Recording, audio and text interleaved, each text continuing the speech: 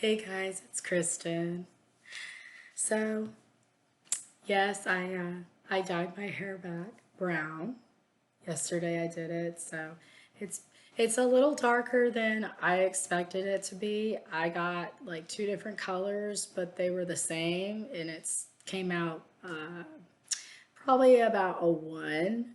And I was trying for a three, so yeah. And my voice is still a little bit gone, and I was still going to do the video. Usually, normally, I wouldn't do something if I was sick or had some issues, but I'm trying to do these things even if I am sick or if I still can. So, yeah, I am going to try doing this, so hopefully you can understand me throughout this, even though my my voice is still kind of in and out. It's been fun. The last 2 days it was completely gone. Actually, yesterday it was completely gone, and so today it's a little bit better. It's still gone, but yeah. So, anyways, so today I'm going to talk about first my Saturn, like how my Saturn return has been. And I'm in my kind of third and last part of my Saturn return. And I still want to talk about, wounds and trauma and healing. And then, the self-destruction, like the self-destructive patterns that we do with the wounds and healing, and to pay attention and maybe find a little bit of, I wouldn't maybe say solution, but something that might help or may help bring something up, or you know maybe just my help. Basically, that's what I'm here for. And I'm not a professional astrologist, so please don't please don't think that I'm a professional astrologist, because I'm definitely not. I've been interested in astrology. I've been learning astrology for the last like 2 years. I've been kind of in and out with it, but I have been really in with it. With, I would say, the last year I've been definitely learning more, and I would definitely love to go to school and learn it. And I wanted to do this when I was younger, but it was just kind of a and it went away. But I would definitely love to learn more. And all I do is read about it, go through online and on apps, and just also on YouTube and other things to learn. And, now I am definitely into astrology, obviously. So it's a lot different from what I've grown up with. And I grew up in strict religion, strict Baptist church, and, was taught to basically, the women dress up in dresses. They can't dress in anything that's, you have to have everything covered. You have to be in a dress or skirt. You can't wear jeans. I don't even know if you were allowed to wear makeup. I'm not sure. I would think you could wear makeup. I don't know. And it was also basically like, you can do this, that, and if you do this and that, then you go to hell. So it was pretty strict. And so going into astrology at first was very kind of a little bit uncomfortable, because it was kind of a I don't know if I should be doing this, or kind of looking into this. And yeah, it was a little bit uncomfortable. But whenever I started, looking into my chart, a lot of things started adding up and making sense. I started finding things that basically made more sense about myself, and helped me to kind of learn more things about myself, and things that I have been kind of wounded in. And it's brought up even more things that now is in my Saturn return. So I found astrology in my Saturn return, which is funny because my Saturn return is in Aquarius. So Aquarius is basically like religion, beliefs, philosophy, churches, libraries, colleges, deals with technology. And so, it's funny that I've been definitely rethinking a lot of things about religion here lately and looking into different cultures and and then now into astrology. And I'll say it now, I love astrology. And some people may not believe that, and a lot of people maybe around me may not really agree with astrology, or may think that that it's like a no-go. But I started loving it, and I really love it, and I go into it every day, and I will read and read and read, and sometimes I have to get myself to stop and do things, because I will continue to read and read and read and read and read. If I get the chance, I'll continue to keep learning and learning and learning and learning. Because usually, though, my Gemini rising, I will want to do something new. And once I do that, I'm on to the next thing that I haven't done. And so this is really interesting for me to like continue to be involved and reading.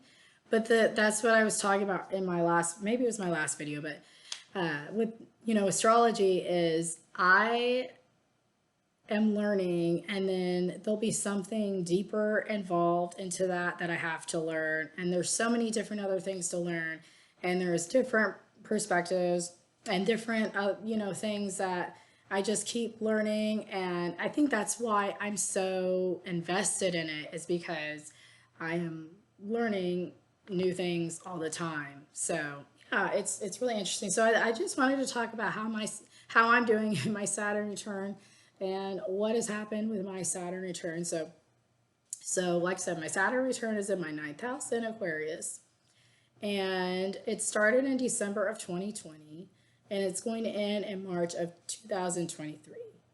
And basically,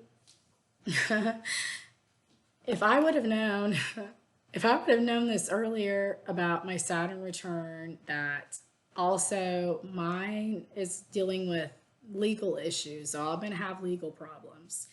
If I would have known this beforehand, it would have saved me a lot of struggling and a lot of pain and stress, because after I had septic shock and double pneumonia and almost died, I had to go back to work. And obviously, I could not work. I was in and out of the hospital for 6 months after I had septic shock. And most people who have septic shock do not make it. And so a lot of doctors don't know what to do with somebody or with a patient who comes in with issues and problems after having septic shock or sepsis. And they just don't know, because most people die. I think it's only 20% of people. I want to say 20. They said for me it was 20%. So it was I had a 20% chance to make it. And yeah, so somehow, well, I'm not going to say somehow, I had a choice. I had a choice whether or not I wanted to stay here or if I wanted to go. And I stayed here because my mom was still here at the time. And so also I had a son, and he had just turned 7 months old. And yeah, going through septic shock and having a 7-month-old and my mom going through cancer, it was and plus there's everything else. I obviously made the choice to stay here and wanted to stay here, even though there was a lot of things where I was feeling like, I can't, you know what, it seems like it's kind of nice. Like I may want to stay, but no, no, I decided to stay and deal with more stuff, but deal with life. And yeah, so doctors didn't know what to do, and I at the time still had my job that I was with for 4 years, and I tried to go back to work. I just was too sick, and I was in and out of work, and got pregnant again somehow after. Yeah. Anyways, so, yeah, I got pregnant 6 months after septic shock. I, how that stuck, I have no idea, but obviously it was in the cards for me, and that was another thing to deal with, and more problems all through my pregnancy, and every every single claim, and there was multiple claims for short-term disability that was sent off to the third party that's supposed to like approve or deny it, denied it. And obviously somebody who has septic shock, which is I think it's called like a life event or a life activity. I can't exactly remember with ADA and all that, but it's yeah, should have been easily approved. Should have been easily approved, right? No, every single claim got denied. And being out of work, I had to figure out ways to save money, and never, had to figure out resources because no money was coming in. So it was like basically it was like losing my job, but I still didn't leave my job. It was basically I'm gonna say this. It's like God was telling me, you probably should just leave the job because you're not gonna get money either way. So you can leave now, or you can deal with all of these problems. And no, I stayed, and I continued to fight and fight and fight, and to no end, I still lost my job because it went into long-term disability last year, and lost my job. And guess what? The long disability got denied. It started in July of last year. That's when it was started. It was supposed to start maybe I think before that. And plus I had to get lawyers, by the way, to try to fight this. And some claims eventually got paid, but it took a long time. It took about a year, I think. It took about a year. And my long-term disability went into they waited like 5 months, and I think it was right the first week of January of this year. They go, oh yeah, it's denied. And I freaked out like I normally do, and it was just I haven't learned my lesson at that point. And then it was finally till about I think 3 months ago, just said, forget it. I'm done. I'm done fighting. There's no point. It's just causing problems, just causing problems with people in my life and with my mental health. And so, that was something I had to learn, I guess, in my Saturn return with legal issues. And that has been fun. And and I have to say that I think I continued the whole time too, except until I started these videos, to make excuses about making these videos or doing these videos. And of course, you know, these are wounds and things that I would just make excuses about, but not know really what was really for sure what was going on.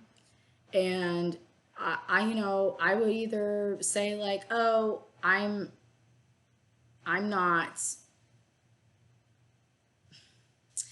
I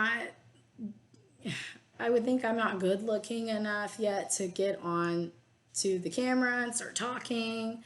Or I would think, oh, I haven't lost all the weight that I wanted to lose yet to start doing videos. So I was worried about my weight and how I looked and basically how other people would view me. And in my head, I would think, you know, if I just lost all that weight and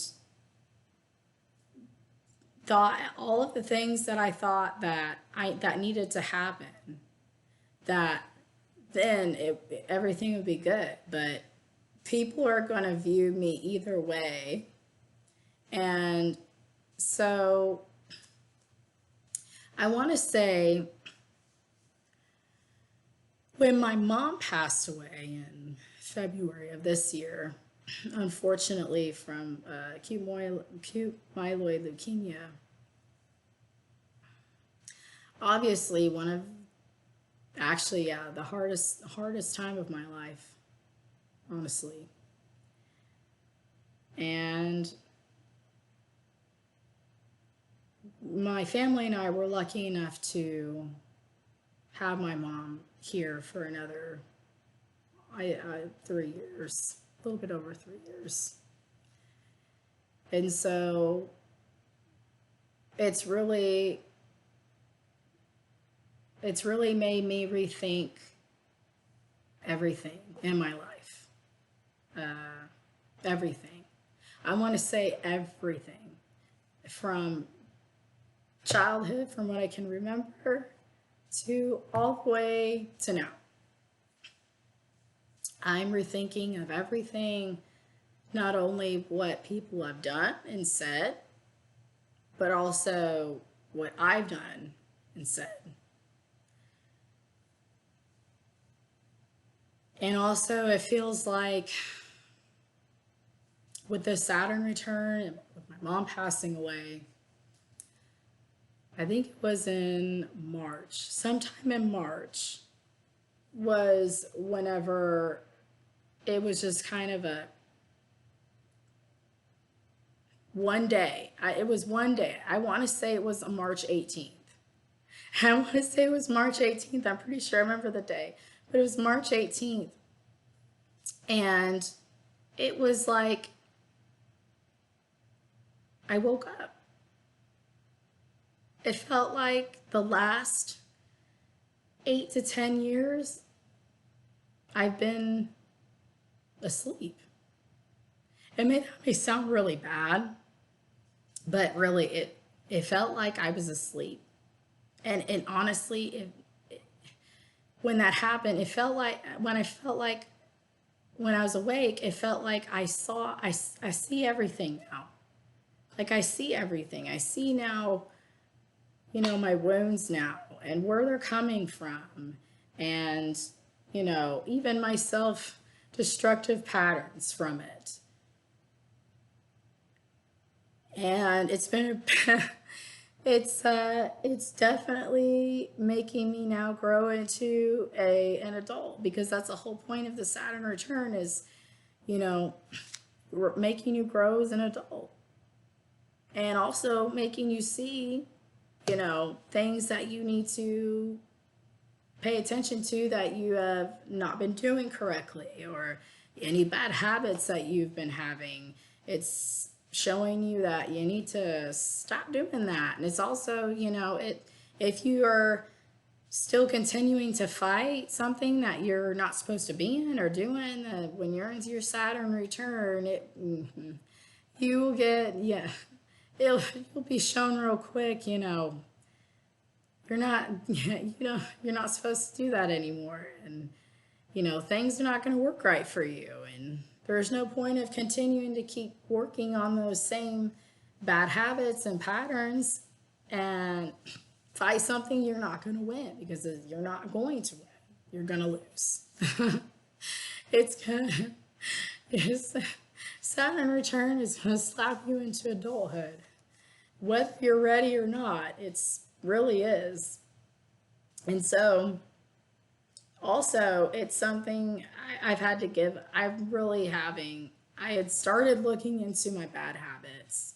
And like I said, I had been slowly tapering from my pain medication. I want to say in 2000.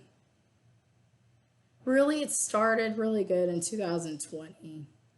And it just became more and more of a feeling that I needed to keep going with it and do it. And so I've been continuing with that, but still going to pain management. And I knew that I was not meant to go to pain management anymore, but I continued to keep going because it was just a habit. And whenever you're in something that feels comfortable, it's hard to let it go.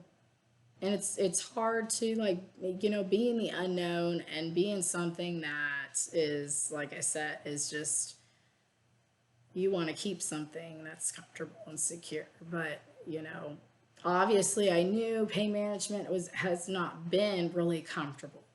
It hasn't really been secure. Pain management now has changed so much since the opioid epidemic.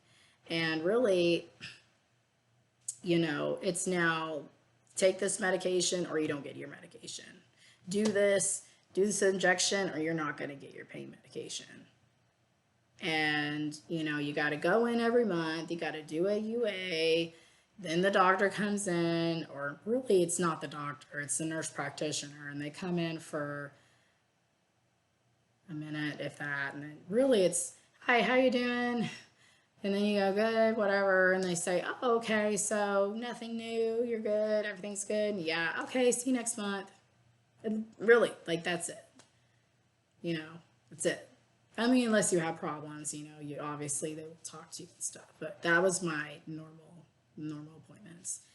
And, pain management has come to dropping people down a lot. And it's really affected a lot of chronic pain patients, for sure. And it's just unfortunate. It's unfortunate now that, like I said in my previous video, and I don't know if I finished it because it cut me off. My phone cut me off, and my phone's been acting up, so that's why I'm on my desktop. But what I said in my previous video, with pain management, they've been putting a lot of patients on Suboxone now, or Subutex. It's just another medication that's also addictive. So you're trying to fix something that's also addictive and will give you withdrawals. And it's really not much of a solution. It definitely can help people it can help people if you do it in the right way. I'm not saying that it doesn't work for everybody. I just see more negative views on that. But yeah, so anyways, with pain management, it was just no longer. And yeah, it's been, that could be another thing, that being out of pain management, no longer being on pain medication, is another contribute to my rose-colored glasses being taken off and me seeing really what's going on and going and looking and actually seeing and going, oh, this is my life. This is what's happening, and oh my gosh, and yeah, it's been a ride. I'm saying my Saturn return has definitely been a ride, but you know what? Um, it's taught me a lot. It's taught me a lot. And, you know, of course, I'm extremely upset about my mom, and I'm extremely hurt by not having my mom here, because my mom and I were finally able to get through a big part of what was causing a lot of friction and pain and problems between us, because my mom and I did not get along in my teenage years, and even I think in the maybe a little bit in the beginning of my 20s. And there was a lot of wounds that I was holding resentment for, but I knew I wanted to have a relationship with my mom. So even though I didn't talk to my mom yet about what was going on or wanted an apology or apologize, I did apologize to my mom for what the things that I did. But I didn't open up yet about the things that were hurting me, about what happened in my childhood and in my teenage years. And so I just wanted to start a relationship with my mom and have that mom and daughter relationship, because that's what I really wanted. And eventually we did get to that point. We did get to that point, and that's amazing. I mean, I'm proud of myself. I'm so proud of myself for doing that, and not letting something that my mom did that upset me or hurt me really bad and made that even I resented her. I didn't let that stop me from trying and moving forward to have a relationship with my mom. And I'm so glad and so proud that I did that, because I was able to have that relationship and to heal that and be best friends with my mom.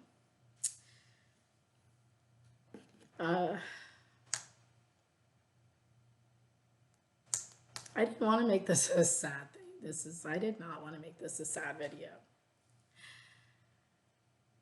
But I did finally, in the end, I did talk to my mom about things that she did or said that hurt me, that I was still holding on to, that I couldn't let go. And I just wanted to talk to her and just know what was bothering me and what was going on. And I did that, and she apologized. And you know what? It's gone. I said, okay, that's it. I don't need anything else. Was it. And I'm lucky. I'm lucky to have a mom that's like that. Because unfortunately, some people, their parents are not like that, or their mom or their dad is not like that. And I'm very fortunate that I have had a mom that was there. But, did cause, things did happen, but life happens, and life happened to her too. So I can't blame her. She was making decisions that she thought was right at the time, and I can't blame her for that. Can't. And so, it's unfortunate that my mom is gone. And there is times that it does bother me, and it is upsetting, and I'm trying not to let that get to me and cause any kind of self-destructive, things. But I'm only human, and I can only do my best, really. And so, yeah. So I did write down some stuff here. So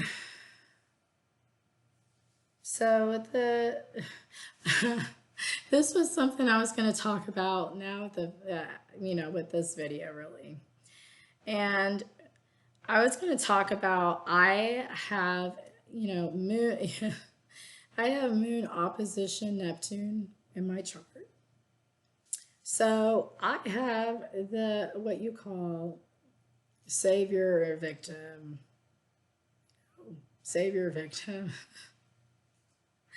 Not facing like real problems and wanting someone else to fix it for me. Or nothing just gets changed because I'm not really wanting to really see it and fix it. Or idolizing someone, whether it's a friendship or partnership, and then they take advantage over me. So that's another that's a fun thing that I've had to deal with, I think, since my teenage years, is the savior victim. And I don't, not everybody may have that, may relate to this, and that's fine. But anybody that relates to this will know exactly what I'm talking about. And it's funny because the savior victim, it's like as a little girl, you're watching these Disney movies, and of course they have that prince that's gonna save the princess, and they get married and happily ever after, and oh, it's so beautiful, and problems, and you that does not help me. That does not help me if I have my savior victim. It doesn't, because I just and that induces it even more and enables it. And I had no idea even really that that's what I was doing until literally, I'm going to say through the last 3 months, like I said, I'm awake now. Like, I'm awake to what's been happening, what's going on. And I just want to share my what I've dealt with, and hopefully it can help other people. And that's the whole point of these videos too, is I just want to share with people, hopefully it can help them. And that's the whole point of this, So yeah, so the savior victim, of course, those Disney videos, I still I still love them. They're cute, I still, fantasy, I still would love that. But it's not reality. It's not reality. It's not real. Unfortunately, it's not real. But I've had to realize that I have been expecting, whether it's friends or partnerships, I've been expecting those people to basically save me from whatever that I'm hurting from, or whatever that I need, and expecting them to kind of like fix it, I guess. And then I don't have to look at it, or I don't have to feel it. So I don't have to look at what's going on underneath, what the pain and the hurt and the emotions. And so I just kind of put that on the other person.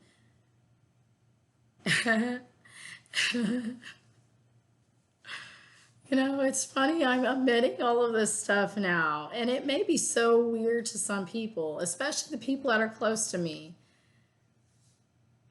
may think it's crazy that I am putting this stuff out and I'm saying these things. But this is helping me. So if it's helping me, that's great. But I also want it to help other people. And it's just crazy. I don't know. It's just crazy that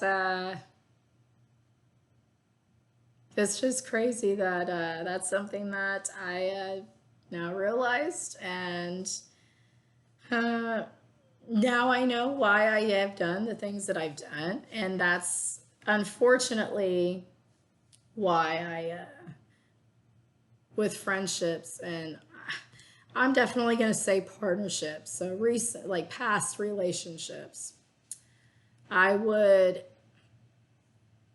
expect that person to do something. So I would tell them, you need to do this and that and be this or be that. And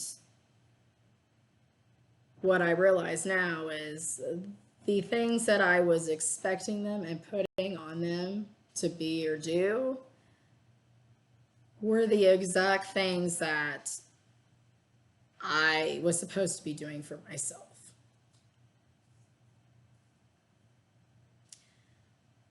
So,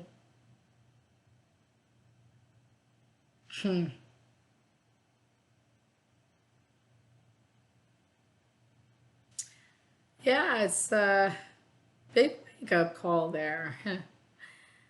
It's really something. Really something now. Really something. You know, I'm very glad though that I'm realizing these things now.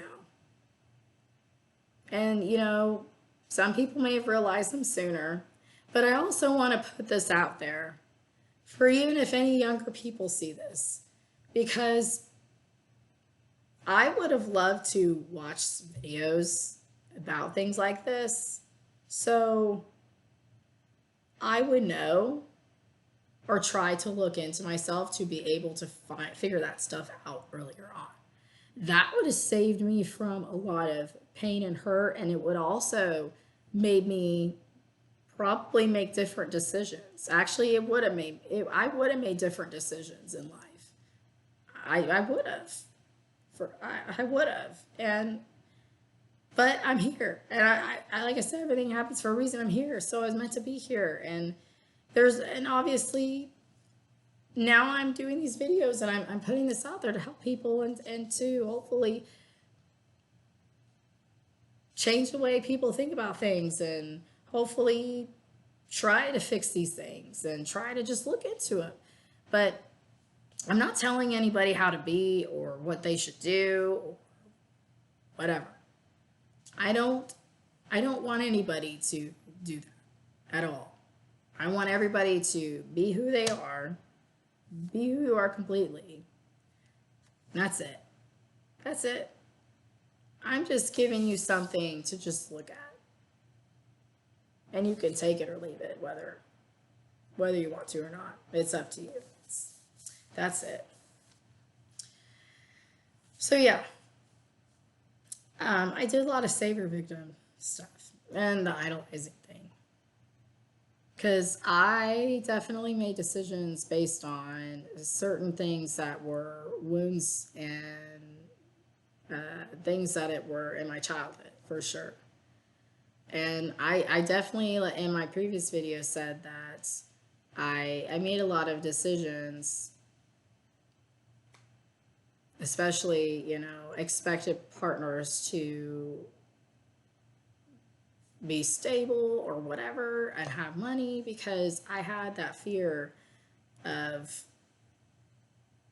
you know, not being stable or at least just as secure, because of watching my parents unfortunately suffer and go through bankruptcy. And we had to, you know, we didn't know if we were going to be homeless every single month or for a long time. And it was stressful. And I know my parents were stressed out because that was, you know, they didn't want us to not have a home or for us to have food. And it was stressful it was stressful. And I didn't want that. But now I've realized that. Now I realize why I came out materialistic to other partners, because I didn't know where that was coming from yet until now. So it came out materialistic because I was like, oh, well, you need to have money. And didn't realize that that's where it was coming from.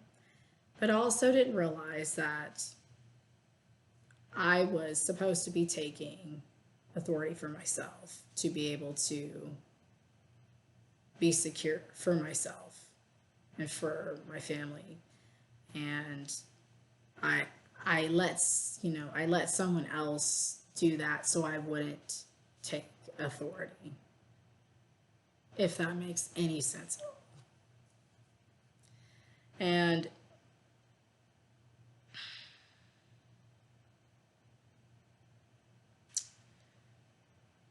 there was another one that I want to say that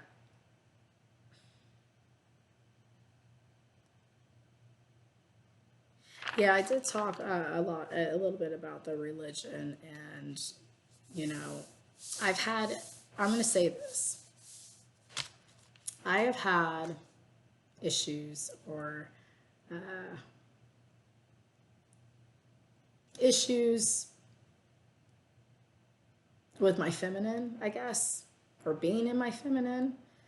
Uh, a lot of it stems from I've known I've been different since I was a child. Uh, I just couldn't put anything onto it.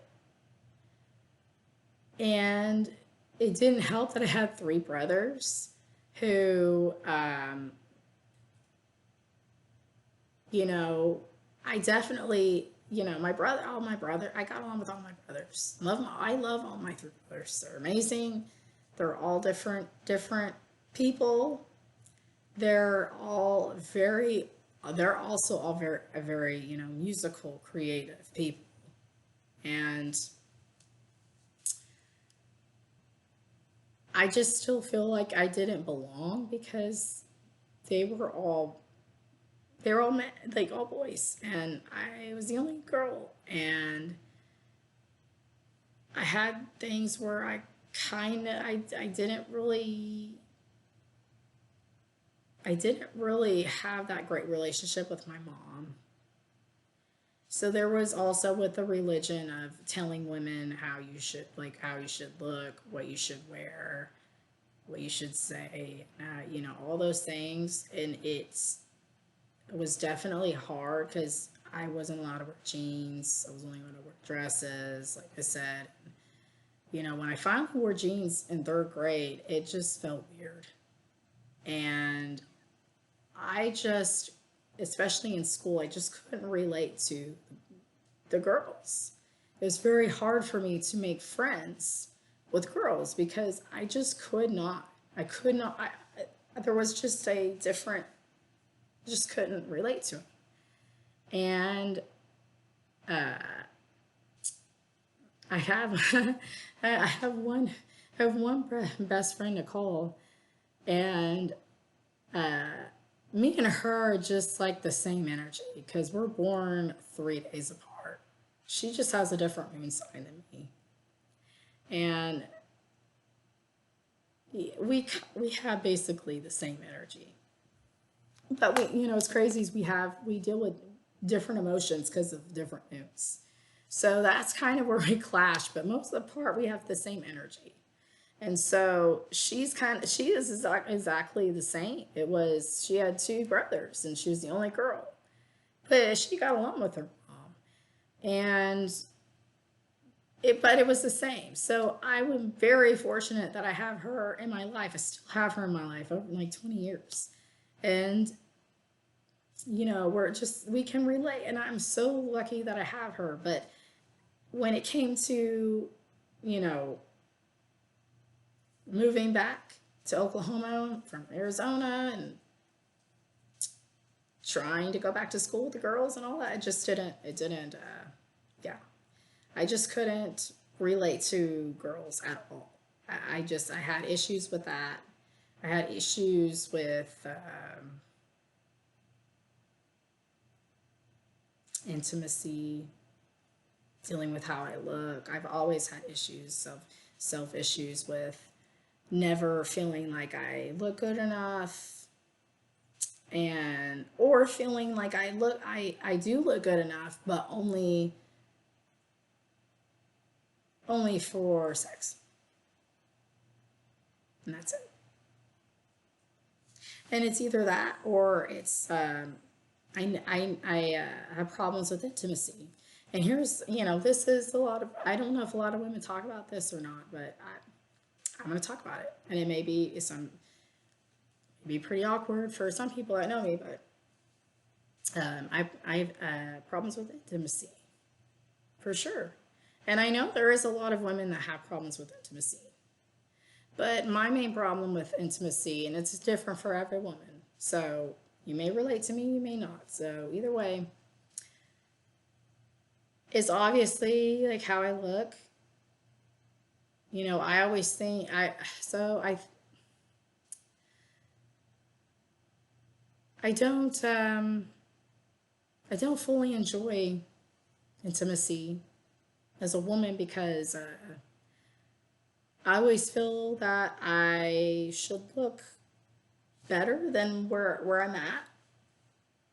And that if I just had the exact body that I wanted, or like get the weight, like, lose the weight and just be that like perfect body basically, then I would enjoy it and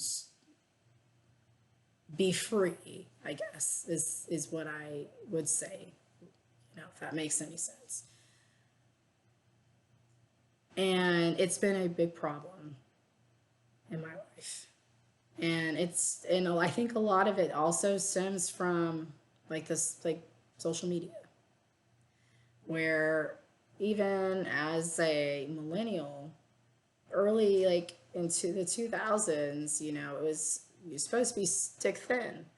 And I was, 15, 16, and I was a size 0, almost double 0, and I still thought that I was fat. Still did. And looked at pictures, and I would immediately say, oh, I could lose weight. And I look at it now, I'm like, what the hell was I thinking? Like, I look amazing. I look good. And I always say that and go, I don't know what my problem is. But a lot of it's me, but a lot, social media, and now especially with Instagram, and, it's just, especially these trends now, and now it's, you were supposed to have the little, curves with the big booty, and you're supposed to look a certain way. And I've never been that. And it kind of has bothered me, but it also, I like being who I am. Like, I like being who I am. But it's just the problem with, I need to work on loving myself for where I'm at. I need to love my body and how I look, where I'm at in the moment, because it changes, especially when you have children. And sometimes there's times you go through depression and you gain some weight. And sometimes, you get into a relationship and you're happy and comfortable and you gain some weight, and that's fine. It's just, I have to learn to love myself where I'm at. And I just want people to see this and know that you should love yourself where you're at right now. And you may not be happy where you're at. And that's okay. But you should just learn to start loving yourself. And when you do get to where you're at, that then you can still have a healthy, it's healthy to then, continue to love yourself and not have this love and hate relationship, that when you get to where you're at, you love yourself.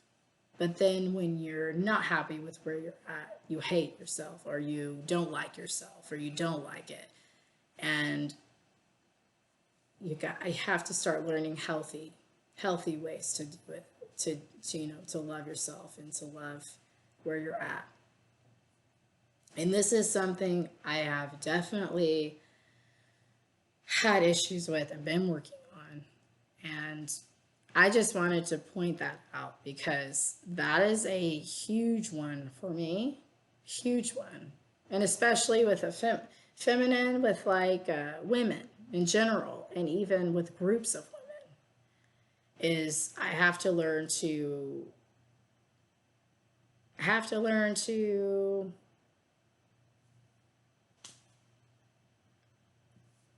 get along, I guess, or have relationships, like healthy ones. And I know that one day that's all gonna work out for sure. And so, anyways, so the whole point of like why I was getting to this, because this is now like 15 minutes long. I was not expecting it to be this long. Because like I said, I talk a lot. um, I don't know why I just did that. So, with these wounds and with the trauma, so let's say you figure out where it's coming from. Now, you got to think about the self-destruction that you're doing because of it. And what I mean by that is like doing bad habits. So, so let's say like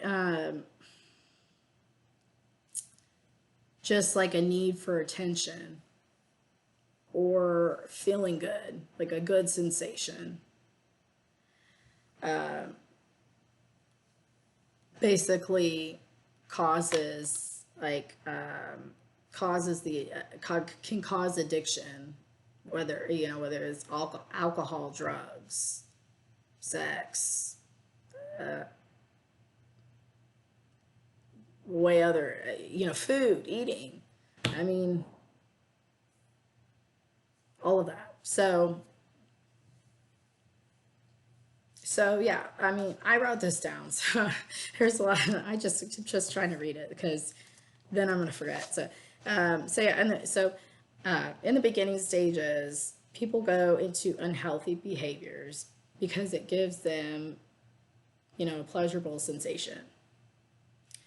And then, of course, when time goes by, it becomes a habit that they can't stop. So then you begin to lose the great feeling pretty easily, obviously. And then when the feelings stop, that's when the self-destruction behavior enhances.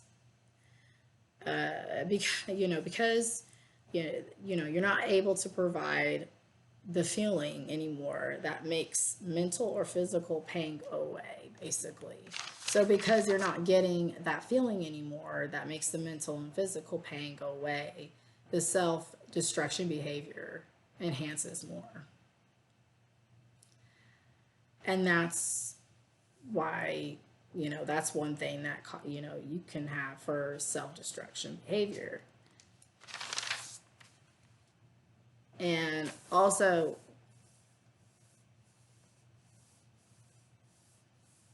we have self-destruction behavior, and one of them also can be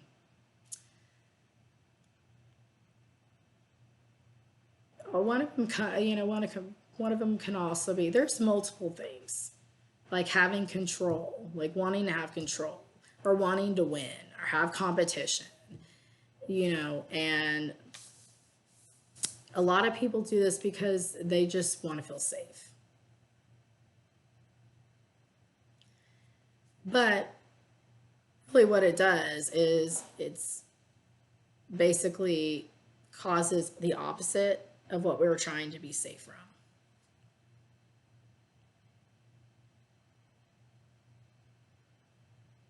And it just causes destruction, obviously.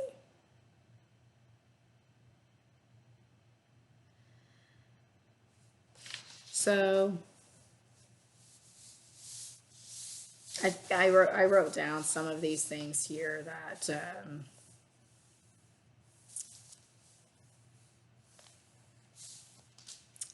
I am doing to try to help me, especially with some self-destruction behaviors I'm doing. And self-destruction behaviors for me have caused me, obviously, jobs, because one of them could be, I could be back and forth, where I'm a very good worker. So I show I'm a very good worker. I do amazing, right? I'm working hard. But then I start to kind of show myself, or really I start to either become lazy and stop, and just the work gets not as good as what it was. But also, not only that, if there is like a competition, let's say there's a competition between for team lead or promotion. Let's just say this. I will either make myself look like I don't really know what I'm doing, or fail it basically, so I don't have to deal with possibly losing. So it makes myself think that, oh, I just didn't know what I was doing, if that makes sense at all. Or then I'll be either the other way, and I will do whatever it takes to win, whether, and it doesn't matter who I hurt or what happens, I will do what it takes to win and be on top. And it sucks to say that, because now I've realized it. But you know, that's the great thing now. I'm realizing this, and now I can fix it and work on it. And that's great, because and now it makes me feel better, because I've always wondered what was going on, especially with my jobs. And it makes sense now. It makes sense now. And I've always wanted to just like be civil and work, and not realizing that it was, me causing issues. And there was other things involved too. Not, wasn't everything about me. But, there's things that I've had to learn, that you can't continue to fight something that you're not going to win. That's what I've been learning also in my Saturn return, because there was issues with, discrimination, harassment, my last job, and I continued to fight. And it was a losing battle. It's a losing battle. And that's something that I'm having to learn and know when to let go, when to stop, and when to just realize. So yeah, that's one of them that I'm pointing on here. But so yeah, so what I'm doing now, that's helping me with kind of figuring this out, is, writing down like a new story. And mine is because the reason I do a lot of these things is I just want to feel like I belong and be me. And, the self-destruction behavior was basically, me trying to make others believe how great I am, basically. And to prove something to other people, basically, that's just something that stemmed from childhood. from my wounds, basically. And then I wrote down here, let's see what I wrote down here. I had an unconscious belief of the little girl who felt out of control of not being able to be herself.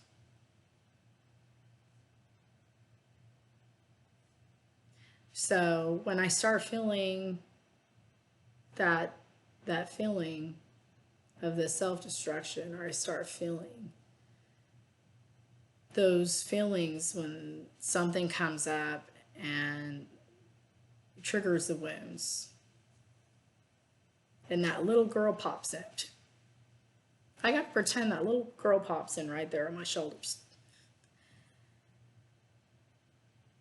And I need to look at her and tell her that, you know, this is what I put, is, you know,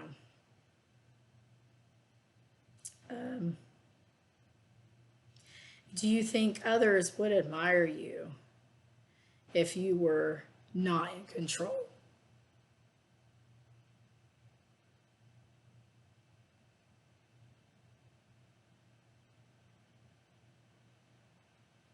And then answer it. And really think about it. Because if I wasn't in control, I would be okay. I don't always have to be in control. I don't always have to win. I don't always have to whatever.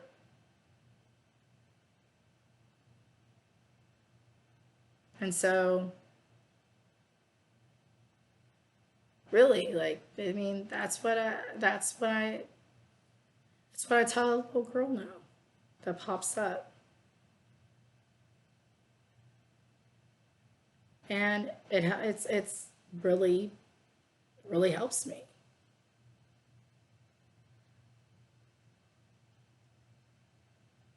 And here's another big one. I'll do this one too, because this is one that I wrote down. Is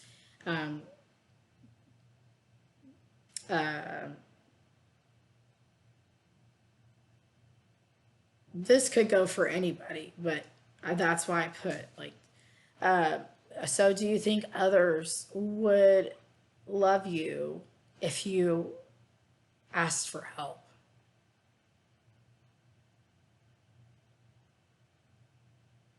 Or, you know, do you think others would be there for you if you asked for help?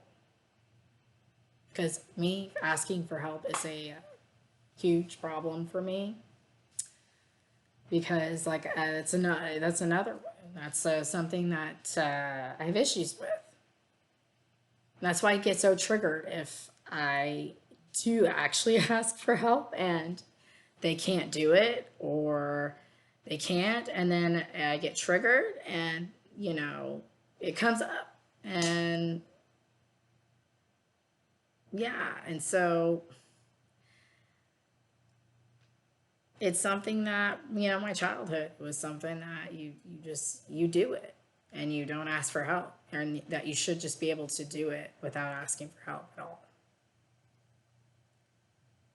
And, you know, if I asked for help, I always felt like I didn't do enough. I should have done better. I should have done more. And yeah, that's why it's something that triggers me whenever people say no, or they can't. And so that's a big one there. And then I put on here too, do you think others would love you if you told your true feelings?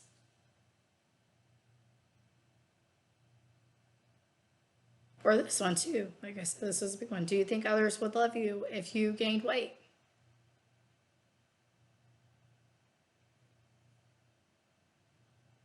And this is a big one. Do you think others would love you if you were not perfect?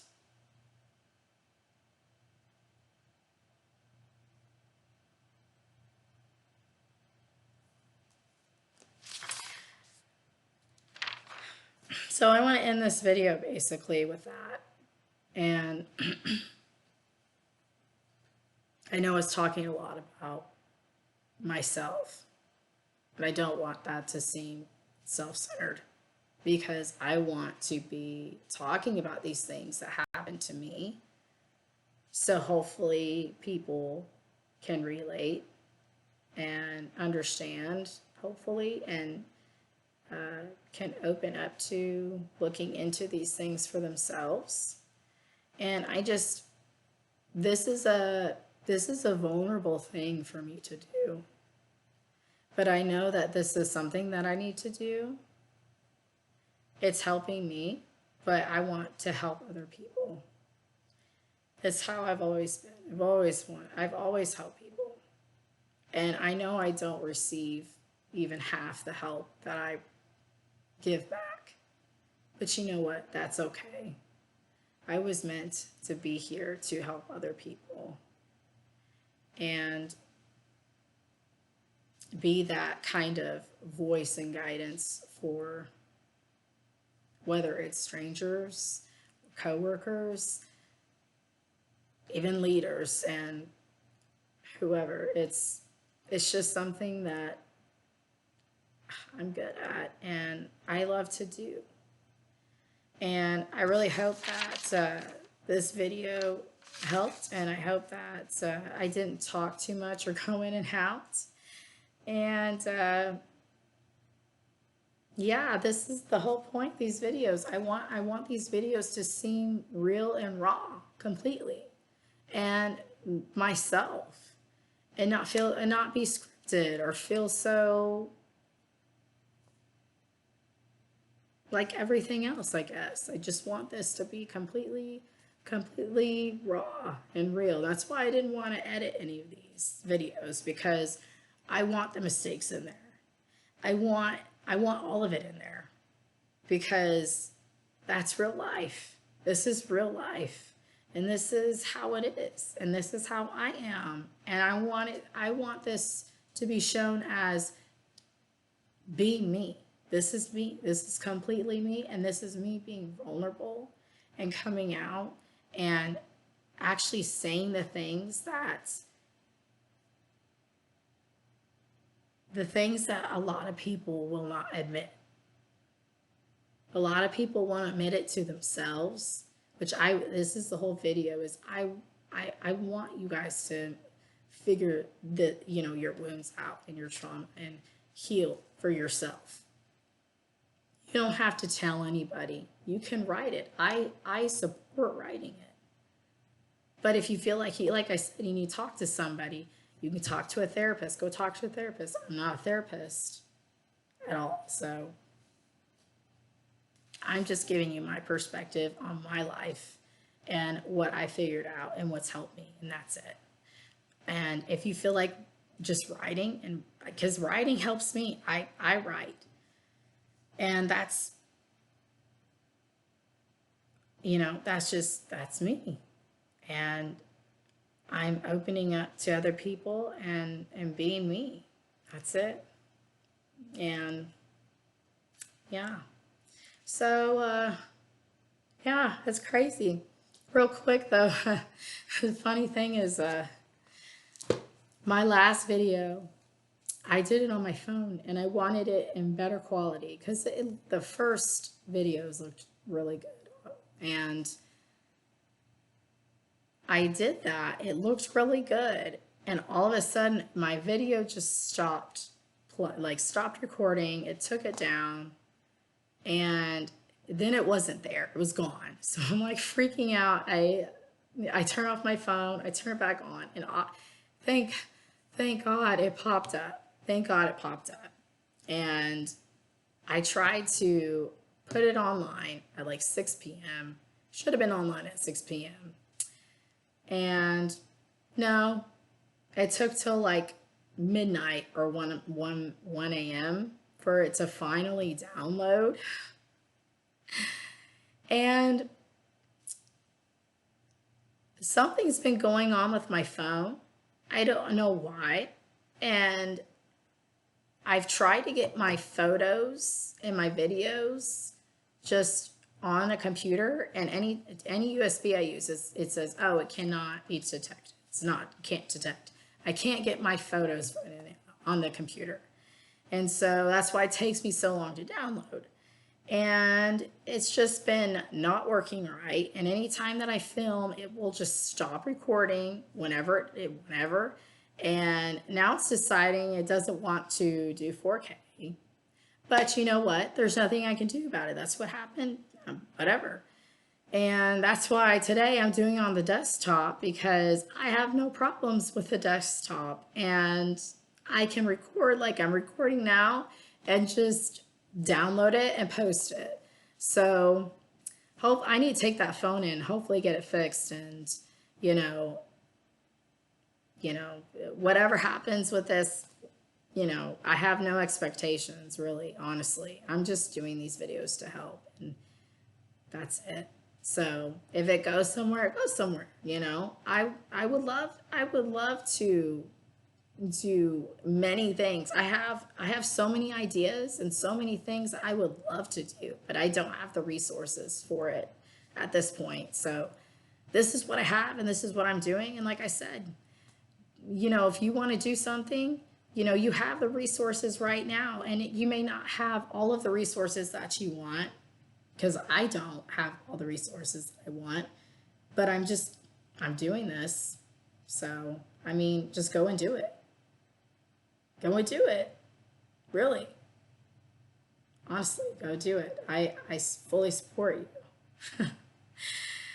But anyways, this is a long video. And I hope you guys have a good 4th of July weekend. Enjoy your time with your family and your friends. Like I say, time is never guaranteed. Nothing is ever guaranteed in this life. So, take risks. Call that person that you want to call or talk to, or whatever. Take risks. Honestly, go for an adventure, have fun. Really. This is life. Anyways, have a good weekend. Bye.